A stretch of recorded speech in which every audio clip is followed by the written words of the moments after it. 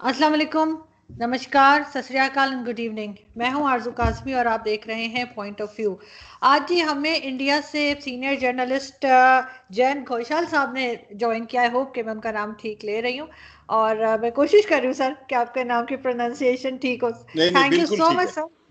Thank you so much sir कि आज आपने ज्वाइन किया। और काफ़ी दिन से हम कोशिश कर रहे थे कि आपके साथ एक शो बनाया जा सके और आपसे बात की जा सके। तो sir, what do you think कि पाकिस्तान और इंडिया के जो रिलेशंस अभी चल रहे हैं, अभी हमारे यहाँ से शाह महमूद कुरैशी साहब जो फॉरेन मिनिस्टर हैं, उन्होंने कहा कि बात होनी चाहिए। तो आपसे जैसे मेरे पहले भी बात हुई थी कि आप क्या समझते हैं कि डायलॉग इम्पोर्टेंट है? मैं तो मान के चलता हूं कि विदाउट डायलॉग और कोई रास्ता नहीं है। There is no other option, only one option is dialogue. अगर डायलॉग जब तक नहीं होगा तब तक ये रिजॉल्व करने का भी जो संभावना, जो possibility of the solution, it can't be, ये नहीं हो सकता। तो इसीलिए हम बात नहीं करेंगे। ये जो रुख, मुझे लगता है इसमें बदल होना चाहिए। इसमें डायलॉगिक जो प्रोसेस, डायलॉगिज्म जिसको बोलते हैं फिलोसॉफिकली, वो बातचीत का सिलसिला होना चाहिए। लेकिन ये ठीक है, दोनों तरफ से बातचीत ना करने का भी कुछ प्रिकॉन्डिशंस हैं। मैं आपके भी पाकिस्तान के आपके प्रधानमंत्री जी के सम्मान करता हूं। इंडिया में बहुत फैन है इमरान साहब का।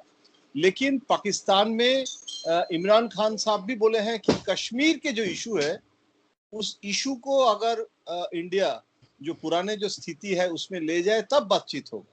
ये देश के प्रधानमंत्री जी भी बोले हैं। और हमारे देश के तरफ से भी ये जो टेरर बंद करना और उसके बाद ही बातचीत होगा, ये जो बहुत पुराना जो स्टैंड है, ये भी इसमें भी कोई परिवर्तन दिखाई नहीं दे रहा है। तो अपेरेंटली वो दोनों साइड से, ऑल दो जैसे आपने बताया कि सीनियर मिनिस्टर ने बोले हैं, और सबसे बड़ी बात है आर्मी के तरफ से भी, पाकिस्तान आर्मी के तरफ से भी बार बार अभी डायलॉग के बारे में कम से कम ऑन रिकॉर्ड एक वर्षन हमें मिल रहा है इंडिया में कि Pakistan army is also ready for talk. Rather ये परसेप्शन है, हो सकता है गलत है, हो सकता है सही है, कि पाकिस्तान आर्मी बोल रहे हैं लेकिन इमरान साहब नहीं उतना जोर से नहीं बोल रहे हैं। इससे it can be a completely wrong perception. मैं तो हिंदुस्तान में जो मीडिया में और सिविल सोसाइटी में जो परसेप्शन है उसका बात कर रहा हूँ। तो लेकिन आप जो बोल रहे हैं, मैं आपके साथ 100% सहमत हूँ कि डायलॉग का जो मिलू मिलू ऑफ द डायलॉग, मतलब बातचीत करने का जो एक माहौल बनाना बहुत जरूरी है आज के दिन।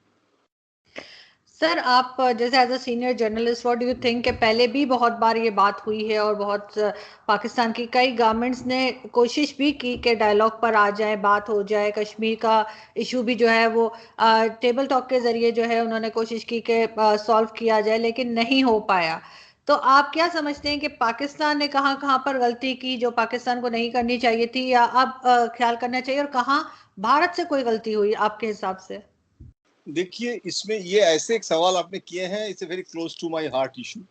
मैं तो बकबक करना शुरू करूंगा तो मैं, आप मुझे इंटरप्ट कीजिएगा और बोल दीजिएगा, क्योंकि देखिए नहीं नहीं सर, प्लीज, मैं लोग आपको सुनना चाहते नहीं, हैं, आप लेकिन बिल्कुल मैं, आराम से बताइए जी। देखिए मैं, हाँ, मैं ये हम्म। कहना चाहूंगा कि I am a representative of the free media of India. मतलब हिंदुस्तान के जो फ्री मीडिया का हम्म। रिप्रेजेंटेटिव हूँ। और जैसे पाकिस्तान में भी काफी फ्री मीडिया मैं देखता हूँ। मैं आज ही सुबह डॉन पढ़ रहा था एक एडिटोरियल जिसमें फॉरेन पॉलिसी के बारे में काफी क्रिटिसिज्म है कि अगर direction of the foreign policy of Pakistan, तो पाकिस्तान के भी न्यूज़पेपर में क्रिटिसिज्म होता है। हमारे यहाँ तो आप देख रहे हैं कितना क्रिटिसिज्म हो रहा है। तो we are the representative of the free media from the both side. और फ्री मीडिया के रिप्रेजेंटेटिव के नाते मैं as a citizen of this country India, मुझे लगता है कि हम पाकिस्तान के जो आम जनता है और भारत के जो आम जनता है उसमें कोई दुश्मनी नहीं है। मैं 6 बार पाकिस्तान विजिट किए हैं। और नवाज शरीफ साहब पहली बार जब पाकिस्तान के प्राइम मिनिस्टर बने थे बेनजीर भुट्टो के बाद, वो चुनाव में कवर करने गए थे, तो मुझे कोई दिक्कत नहीं हुआ था। और मुझे तो अगर आज भी कोई कहे कि आप पेरिस जाना चाहते हैं या पाकिस्तान, मैं कहूंगा कि मैं कहूंगा कि मैं पाकिस्तान जाना चाहता हूं, और इसीलिए हाँ, इसीलिए पाकिस्तान जाना चाहता हूं, क्योंकि अगर मैं आर्ट क्रिटिक होता कि या, लेकिन मेरे लिए Pakistan is the place of happenings. और जैसे देखिए हर चीज में, इसीलिए we are onlooker of Pakistan activities. अगर आप यूरोप के बारे में पूछेंगे हम नहीं बोल पाएंगे, लेकिन पाकिस्तान के बारे में हर दिन मैं फॉलो करता हूं कि जैसे इजराइल में कुछ इंसिडेंट हुआ है और उसमें पाकिस्तान कैसे रिएक्ट कर रहे हैं। तो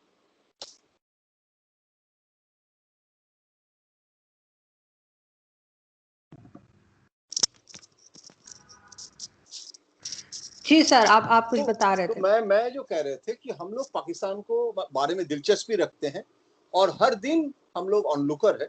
और मुझे लगता है कि as a independent media representative मैं कोई स्टेट, राष्ट्र जो है स्टेट का व्यू नहीं बता रहा हूं। मुझे लगता है कि इसी समय जब आपका एडवर्स सिचुएशन है, उसी समय तो बातचीत करना ज्यादा जरूरी होता है। जब नॉर्मल पीसफुल टाइम में हम लोग दोस्ती की बात करने से कोई जरूरत नहीं होता है, क्योंकि दोस्ती तो है ही। अगर दोस्ती की जगह कोई आपका समस्या होते हैं, कोई प्रॉब्लम अराइज करते हैं, तो हम लोग क्या करते हैं, अगर दोस्त को साथ अगर झगड़ा भी होता है, तो अगर हम फोन नहीं करेंगे, बातचीत नहीं करेंगे, पहले कौन करेगा ये ईगो रखेंगे, तो वो दोस्ती के लिए किसी को टॉक डायलॉग शुरू करना जरूरी होता है। और भारत भारत बहुत बड़ा कंट्री है, आबादी बहुत ज्यादा है, रिस्पॉन्सिबिलिटी है, और अभी जो जियो स्ट्रेटेजिक पोजीशन है, मुझे लगता है अभी शुरू करना चाहिए। समस्या है कि देखिए वाजपेयी जी के समय उस दिन हम गए थे लाहौर में, और वाजपेयी जी ने उस दिन बहुत अच्छा लगा था, बार बार मुझे याद आता है एक सेंटेंस कि भूगोल और इतिहास, मतलब you can not change the history, क्योंकि वो तो आपका बैगेज ऑफ हिस्ट्री है ही, लेकिन आप भूगोल नहीं बदल सकते हैं, लेकिन इतिहास बदल सकते हैं।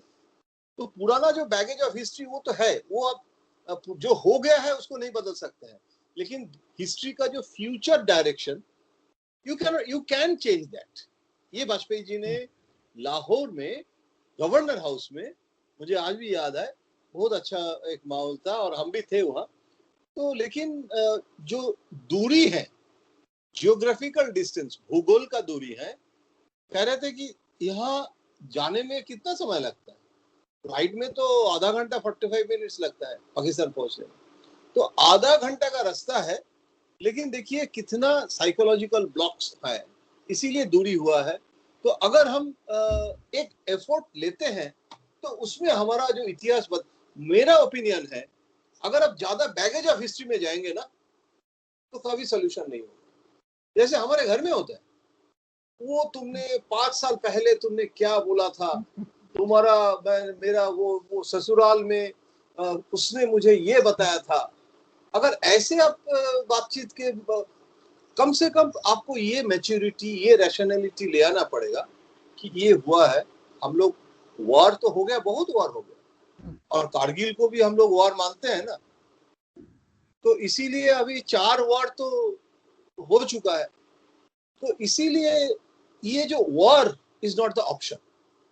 और आज जब कोरोना के लिए हम पूरी दुनिया परेशान है, कितने लोग डेली मर रहे हैं, तो उसमें मुझे लग रहा है इसके साथ साथ टेरर और इसके साथ साथ नॉन डायलॉगिक एटमोस्फियर, मुझे लगता है कम से कम ट्रैक 2 या ट्रैक 3, जो भी आप बात करें, 1.5 भी कोई कह रहे थे उस दिन, मैं तो ट्रैक 2 के पक्ष में हूँ। मुझे लगता है कि सिविल सोसाइटी कम से कम बातचीत कर सकते हैं, तो एमिसरीज बात कर सकते हैं। सर पहले क्यों फेल होता गया? यही कोशिश पहले भी चली थी ना, वाजपेयी साहब के टाइम पे भी थी, उससे पहले भी थी, बेनजीर जब थी प्राइम मिनिस्टर, उन्होंने भी कोशिश की थी। आपके ख्याल से इवन कारगिल के बाद की जब मुशर्रफ साहब ने पूरा टेक ओवर कर लिया था पाकिस्तान में, तो वो भी गए और उन्होंने भी कुछ बात करने की कोशिश की, तो ये फेल क्यों होता रहा हर बार? कहा गया उड़ी हो गया, कभी और पुलवामा ये हो गया, कभी कुछ हो गया। फेल बिल्कुल, बहुत अच्छा सवाल है, बहुत अच्छा सवाल है, बहुत अच्छा सवाल है। मैं आपको बता रहा हूँ, गवर्नमेंट टू गवर्नमेंट भी अप्रोच बदलता है। पाकिस्तान में भी होता है, हमारे देश में भी होता है। नरसिम्हा राव का हुर्रियत के साथ टॉक करने का प्रोसेस जब शुरू किए थे, वो हमारे रॉ ऑफिसर थे, एक किताब लिखे है, उसमें पूरा बैकग्राउंड है कि कैसे नरसिम्हा राव ने शुरू किए। वाजपेयी जी ने भी चलाया, लेकिन नरेंद्र मोदी जी को लगता है कि ये बातचीत करने से फायदा नहीं है, क्योंकि उनके भी कुछ अनुभव है जो आप बोल रहे हैं ना, कि जो बार बार फेल करने से ये एक मतलब एक बैम्बू स्टिक विथ ऑयल और उसमें एक बंदर monkey is trying to reach to the top and again for that oil he is slipping down as descending. तो मोदी जी को लगता है कि ये बार बार डिसेंड करने से अच्छा है कि फिलहाल बंद करके ही रखो। तो गवर्नमेंट टू गवर्नमेंट अप्रोच, और पहली बार हमारे देश में ये हुआ है कि in spite of so many demand pressure, even post जो 370 का एबोलिशन का जो डिसीजन, उसके बाद भी global pressure different, Modi ji अभी तक उनके जो स्टैंड है कि जो बार बार फेल करते जब है तो हमको इसको प्रायोरिटी लिस्ट से ही बाहर कर दो, ये उचित है या अनुचित है। प्रधानमंत्री जी हैं, लेकिन उसमें भी डिबेट हो सकता है। और ऐसे है, प्रधानमंत्री जी ने जब प्रधानमंत्री बने थे, जब ओथ टेकिंग सेरेमनी में सार्क लीडर्स को बुलाया गया था, आपको तो ये मानना ही पड़ेगा वो उस दिन पाकिस्तान के लिए ही सार्क लीडर्स को बुलाया था और कोई देश के लिए नहीं, कि पाकिस्तान से बात करने। तो जिस दिन प्रधानमंत्री होने के बाद 2014 में नरेंद्र मोदी ने चाहा था, इसमें कोई संदेह नहीं। उसके बाद जब फॉरेन सेक्रेटरी लेवल टॉक बंद हुआ हुर्रियत के इशू में, उसमें भी देखिए उसके पहले भी कितने बार उन्होंने नवाज शरीफ के साथ फोटो ऑप किया है, कितना प्रोटोकॉल तोड़ के चले गए, बहुत ड्रामा हुआ। लेकिन हम लोगों को पत्रकार के लिए बहुत अच्छा फुट फॉर वो होता है कवरेज। लेकिन आप जो सवाल कर रहे हैं ना कि बार बार क्यों फेल करते हैं, क्योंकि वी आर परहैप्स व्हेन जो ट्रैक टू होता है या डायलॉग होता है, उसमें एक ऑनेस्टी होना जरूरी होता है। As a citizen of country I can afford to be honest, to say हाँ ये नहीं अच्छा है, ये भी होना नहीं चाहिए। लेकिन शायद हमारे देश में Pakistan has become electoral issue, there is domestic compulsion, Pakistan में भी है। आप पाकिस्तान में चुनाव के पहले इमरान खान साहब का स्टेटमेंट देखिए और चुनाव के बाद स्टेटमेंट देखिए, तो आपको पता चल जाएगा कि हमारे दोनों देश में डोमेस्टिक प्रेशर रहता है। तो इसीलिए मुझे लगता है जब हम वाजपेयी जी के साथ गए थे ना, उस दिन आपको एक एनेक्डोट बता रहा हूँ, शायद बहुत सारे लोगों को पता नहीं है। जब वाजपेयी जी के साथ गए थे उस दिन मीडिया सेंटर में हम लोग थे, तो उस दिन का जो पाकिस्तानी न्यूज़पेपर द न्यूज, उसमें एक छोटा सा स्टोरी था, न्यूज आइटम, कि कैबिनेट कमेटी ऑन सिक्योरिटी में तो फैसला हुआ है और डिसीजन हुआ है कि सर्विस चीफ्स, परवेज मुशर्रफ साहब भी था वो सर्विस चीफ में, और they will not go to receive Atal Bihari Vajpayee at the helipad. और ये सीसीएस डिसीजन, और वो एक सिंगल कॉलम स्टोरी, बहुत बड़ा ब्लो अप नहीं किया, न्यूज़पेपर में छपा। तो हम मीडिया सेंटर में जब वो पेपर देखा तो मुझे लगा कि ये पीस एफर्ट है, बहुत अच्छे अच्छे बातें हो रहा है, लेकिन ये जो हुआ है कि सर्विस चीफ ने जो बॉयकॉट किया, ये भी हमको देना चाहिए as a journalist. Ashok Tandon, he was a media adviser to Atal Bihari Vajpayee, आज भी दिल्ली में ही रहते हैं, he is retired man now. Ashok Tandon ji ने मुझे समझाया कि देखो, लिखो, तुम लोग पत्रकार हो, you should write, but you know he is a representative of prime minister office. तो वो कह रहे थे कि देखो, जब वाजपेयी जी ने एक बड़ापन दिखा रहे हैं, एक पीस इनिशिएटिव ले रहे हैं, तो उसको ये जो नेगेटिव स्टोरी है ना, इसको अभी थोड़ा कम हाईलाइट करो, इसको थोड़ा रखो। ठीक है, वो तो पता ही है कि दोनों इश्यूज हैं, मतलब पॉजिटिव नेगेटिव दोनों देश में है, लेकिन जब पॉजिटिव कर रहे हो तो नेगेटिव को थोड़ा डाउन प्ले करना अच्छा रहेगा। वो लाहौर फोर्ट में गए थे तो 4-5 लोग गो बैक वाजपेयी जी ये स्लोगन नारा दिखाया था। तो अगर वो ब्लैक फ्लैग को हमने लीड स्टोरी बनाएंगे तो पीस एफर्ट नहीं हो सकता। तो वो जो अमन की आशा जो हम लोग बोलते हैं, और जो टाइम्स ऑफ इंडिया ने भी स्टोरी बोरी एक सीरीज किया था उस समय, ये आपको पॉजिटिव अप्रोच जब भी करते जाएंगे ना, हमारे इंडिया के अंदर भी होता है। हम आडवाणी जी होम मिनिस्टर थे, डेप्यूटी प्राइम मिनिस्टर थे, कश्मीर में गए थे, और पीस प्रोसेस, हुर्रियत के साथ बातचीत, सब कुछ बहुत अच्छा बातें बोले। और आडवाणी जी के बेटी भी थे उनके साथ, प्रतिभा।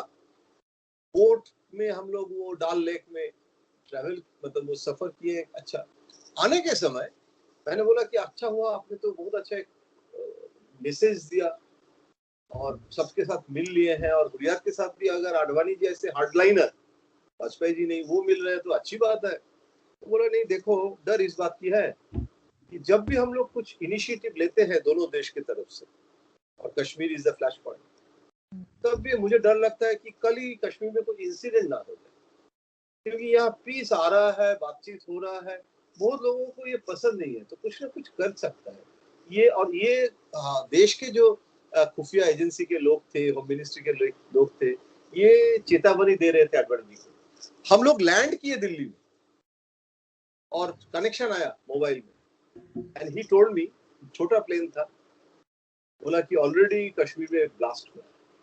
हम दिल्ली लैंड करके पता चला। तो मैं ये इसीलिए ये पुराने बातें हो गया है, लेकिन ये परंपरा आज भी है, मतलब कुछ करते जाएंगे। अच्छा, एक समय था जब हम लोग सोचते थे कि Pakistan is 3A is a popular American journalism से शायद वो आया था ना, कि America Allah, although I don't like the word Allah because Allah is God, and the Islamic terrorism भी मैं नहीं बोलता, इस्लाम में टेरर नहीं है, ये मैं मान के चलता हूँ, वो तो एक्चुअली टेरर है। इसको इस्लामिक टेररिज्म बोलने से you are alienating a huge Muslim population जो अल्लाह को मानते हैं। तो इसीलिए मैं अल्लाह नहीं बोलता हूँ, मैं बोलता हूँ वो जो फंडामेंटलिस्ट टेररिस्ट फोर्सेस और जो ISI एंड आर्मी और अमेरिका, ये तीनों का इन्फ्लुएंस पाकिस्तान में, ये जो एक पुराना माइंडसेट है, बहुत जर्नलिस्ट लिखे हैं, मैं कोई रॉकेट साइंस नहीं बता रहा हूँ, लेकिन आज के दिन में ये भी एक पॉजिटिव साइड है, लगता है। मैं ज्यादा तो पाकिस्तान की इंटरनल डायनामिक्स आप हमसे ज्यादा जानते हैं, लेकिन अपैरेंटली जो परसेप्शन है in comparison to the earlier days, it's a better cohesion. और आर्मी अगर, इसीलिए तो जब बातचीत के समय, जब अजीत डोभाल के साथ कौन बातचीत करेगा, और उसमें तो इंडिया भी पसंद किए थे कि अगर आर्मी बैकग्राउंड के कोई रहता है तो अच्छा होता है, जो connected with the civil administration and Pakistan army. Rather Pakistan army के साथ डायरेक्टली अगर कोई बातचीत भी होता है कभी, अभी तक नहीं हुआ है, और इसमें बहुत डिबेट हो सकता है, इसीलिए मैं इसके पक्ष में ज्यादा नहीं बोल रहा हूँ, लेकिन मैं मान के चलता हूँ कि आर्मी को भी सिविल एडमिनिस्ट्रेशन के साथ अगर इन्वॉल्व किया जाए, डायरेक्टली इनडायरेक्टली, उसमें इंडिया के तरफ से उसमें बुरा नहीं है, उसमें अच्छा ही है, मैं मान के चलता हूँ। ये सर पाकिस्तान में तो आर्मी ही रहती है, चाहे वो फ्रंट पर हो, चाहे जैसे कहते हैं बैक स्टेज कर रही हो, ये चीज तो कोई हम छुपा नहीं सकते। अब तो सबको ही पता है कि यहाँ पे एक तरह का भी इस टाइम भी जो है वो जो इमरान खान साहब की गवर्नमेंट है, जो भी प्राइम मिनिस्टर है, उनके पीछे भी आर्मी का ही है कि सब कुछ उसी के हिसाब से होता है। लेकिन स्टिल सर अभी जैसे LOC पे बात हुई है इंडिया और पाकिस्तान की कि जी सीज फायर किया, लेकिन फिर भी अभी थोड़े दिन पहले न्यूज आई थी कि वायलेशन हुई है, और दोनों एक दूसरे के ऊपर कहते हैं, वो कहते हैं पाकिस्तान ने किया, पाकिस्तान कहता है इंडिया ने किया है।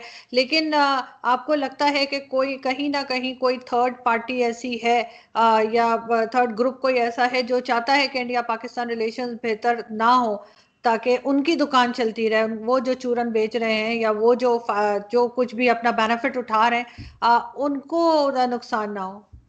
बिल्कुल बिल्कुल, मैं तो यही कहना चाह रहा था, आपने बहुत क्लियर कट बोल दिया है। मैंने यही बोलने की कोशिश कर रहे थे कि जब कोशिश होता है, जैसे वो पुराने कश्मीर का इंसिडेंट आपको बताया, मतलब जब भी आप कोई पीस इनिशिएटिव लेते हैं, मतलब लाहौर बास डिप्लोमेसी होता है तो कारगिल हो जाता है, फिर ऐसे मतलब हर इश्यूज में। और आज भी मुझे एज ए जर्नलिस्ट आज भी मुझे पता नहीं है कि नवाज शरीफ साहब को पता था कारगिल और नहीं पता था, इसे इंटरनेशनल मीडिया का स्पेकुलेशन। तो पॉपुलर परसेप्शन है, नहीं जानते थे परवेज मुशर्रफ ने। कुछ लोगों को ये भी जर्नलिस्टिक क्वेरी है whether it was a double prong strategy और नॉट। तो देखिए वो पुराने बातें छोड़ दीजिए, मैं बार बार कह रहा हूँ ना, पुराने बातें शुरू करेंगे तो अभी इस समय मुझे लगता है this is a real time और सबसे ज्यादा जरूरत है, क्योंकि इस समय देखिए काबुल में क्या हो गया, अमेरिकन विथड्रॉइंग मिलिट्री सितंबर में, और Pakistan prime minister is also saying not good for Pakistan also. और उसमें एक नया एंगल दिया है कि चाइना के साथ जो पैसा मिलने वाला है पाकिस्तान को, वो भी बंद कर देगा अगर ये आर्मी विड्रॉ होगा, तो थ्रेट परसेप्शन बढ़ेगा। ये जो पाकिस्तान और चाइना का जो जॉइंट प्रोजेक्ट, और उसमें जो, तो इसीलिए अभी मुझे लगता है कि पाकिस्तान में, अगर पाकिस्तान की जो सिविल सोसाइटी है वो तो इकोनॉमिक प्रोग्रेस चाहते हैं। मुझे एक पाकिस्तान के डिफेंस एक्सपर्ट मुझे एक बार समझाया था कि एक्चुअली हम लोग तो चाहते हैं कि इकोनॉमिक प्रोग्रेस और बजट अच्छा बढ़े, तो आर्मी का भी इंटरेस्ट है, क्योंकि आर्मी को भी देश के वेपन डिफेंस बजट को बढ़ाना है। तो पाकिस्तान की इकोनॉमी को इम्प्रूव करना है, इकोनॉमी को इम्प्रूव करना है तो बातचीत करना चाहिए। टेरर कम से कम थोड़ा लॉन्ग टर्म स्ट्रेटेजी लेके पहले तो इकोनॉमी ध्यान दे, वो पाकिस्तान का भी इंटरेस्ट है।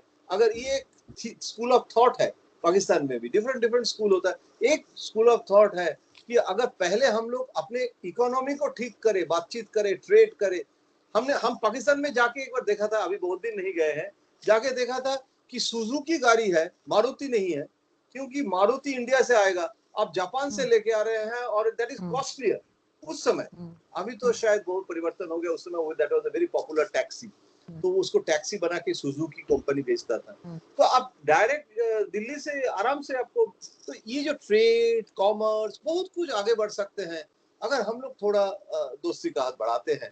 लेकिन आप जो बोले है ना, वो बार बार ये खराब माहौल बना देते हैं कुछ। बिल्कुल। और सर ईगो प्रॉब्लम तो है, यहाँ पर भी है और किसी हद तक भारत में भी है, लेकिन पाकिस्तान में ज्यादा ईगो प्रॉब्लम रहती है कि नहीं हमने कंपटीशन करना है, हम हर वक्त भारत के साथ खुद को कंपेयर करते रहते हैं।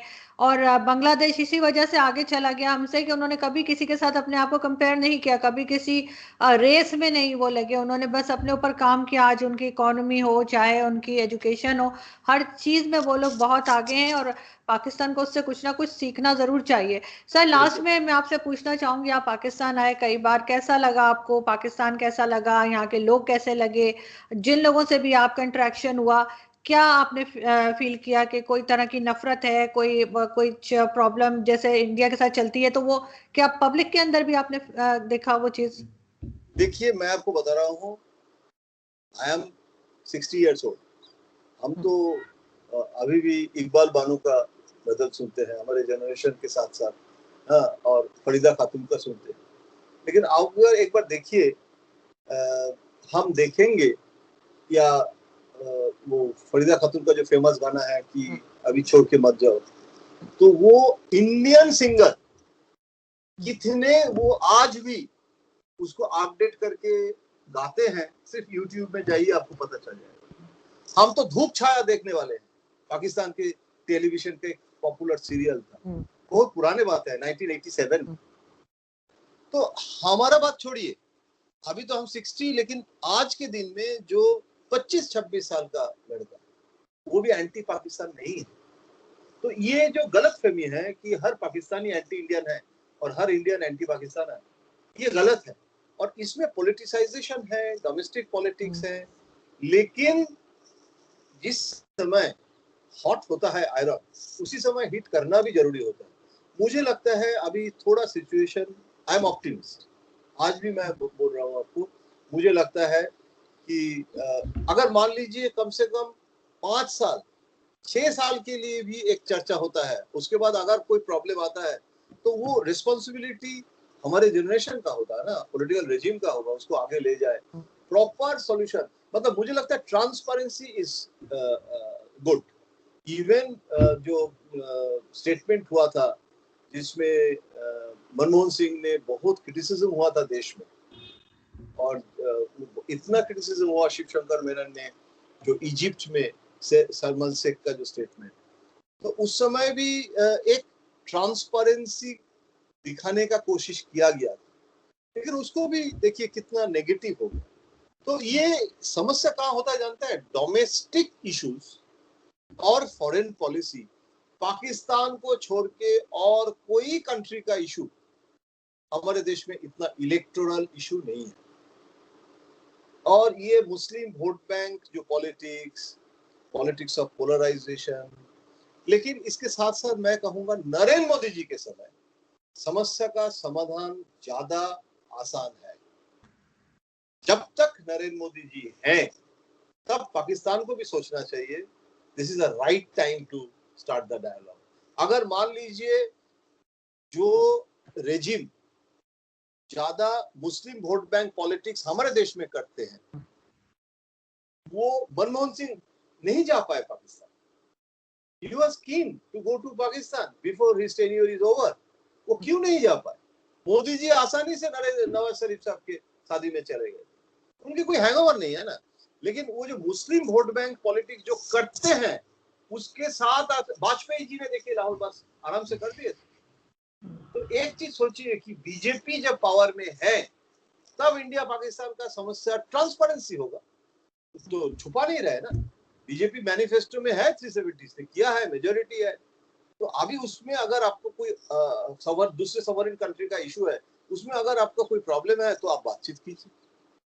तो इसीलिए मुझे लग रहा है कि dialogue is the only solution and we should go toward that direction under the leadership of Modi ji. यही समस्या समाधान सबसे आसानी से हो सकता है। बिल्कुल आप ठीक कह रहे हो सर। इसमें जो है वो मीडिया बहुत बड़ा रोल प्ले कर सकता है। मीडिया को पॉजिटिव बात करनी चाहिए दोनों साइड से। मैं तो यहाँ के मीडिया को भी कहती हूँ कि उनको भी इतना ज़्यादा नेगेटिव नहीं बोलना चाहिए, और भारत के मीडिया को भी, ताकि ये टेंशन कम हो और लोग आराम से रह सकें। क्योंकि बहुत हो गए सर, 74 ईयर्स हो गए हैं यही कुछ देखते हुए, कितनी जनरेशन यही कुछ देख रही हैं। तो अब आई होप कि आपकी बात को सुनेंगे और दूसरे लोग भी जो बात करते हैं और इसको लेकर थोड़ा अच्छी तरफ जाएंगे और पीसफुली जो है दोनों कंट्रीज रहें। मैं ये नहीं कह रही बहुत दोस्ती हो जाए, लेकिन कम से कम ये जो टेंशन है ये ना हो एलओसी पे एक और सब जगह। और वर्किंग प्रोफेशनल रिलेशनशिप तो हम एक्सपेक्ट कर सकते हैं। Exactly sir. और इसी तरह से वीज़ा भी मिलना चाहिए और टूरिस्ट जाएं दोनों तरफ के। यहाँ पे भी बहुत सी ऐसी प्लेसेस हैं जहाँ पे We इंडियंस can आना do lot of चाहेंगे। things. We can do jointly. We can do lot of things on corona management also. COVID exactly management. Exactly exactly sir, बिल्कुल। सर अपना बहुत ख्याल रखिएगा। थैंक यू सो मच कि आपने join किया। So kind of you. Thank you sir.